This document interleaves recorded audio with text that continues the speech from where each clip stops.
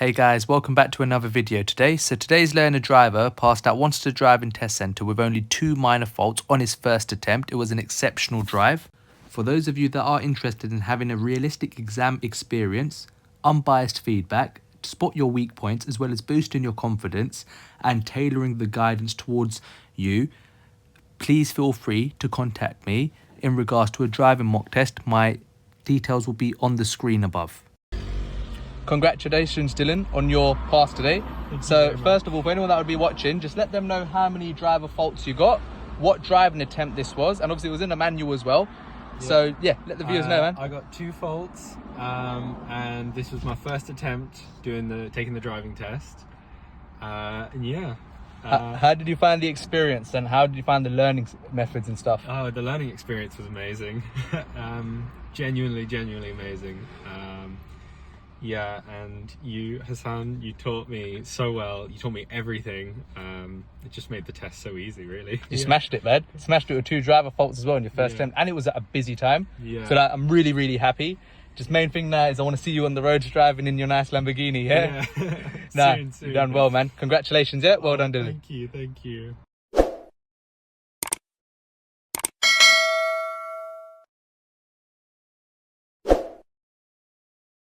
Right guys, so at the end of the road, the pupil was instructed to turn right. Now at this junction, as visibility is severely restricted, we would call this a closed junction. So whenever you approach a closed junction, to assess if the visibility is better, what you could use is the peep and creep method. But also bear in mind, guys, that you can slowly, as you keep edging forward, bear in mind that you need to constantly keep observing to the right and left in case there are any vehicles approaching towards us on the major road. Another aspect here, guys, is you need to plan for meeting situations. Now, if the obstruction is to the oncoming car side, then we as a driver have priority. However, if the obstruction's to our side, then the oncoming cars have priority. If it's to both sides, then please feel free to mention in the comment section below who has priority if the obstruction's on both sides of the road, like this road here.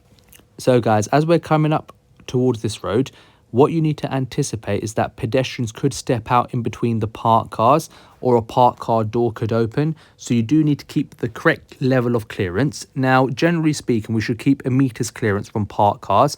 However, if the road is narrow and we can't keep a meter's clearance, then we must keep half a meter's clearance. However, you do then need to reduce your speed. Now, another thing, guys, is at the end of this road, the pupil was then instructed to turn left. Now, is this a T-junction or is this a crossroad? And how do your observations differ if it's a crossroad or a T-junction when emerging from a minor to major road?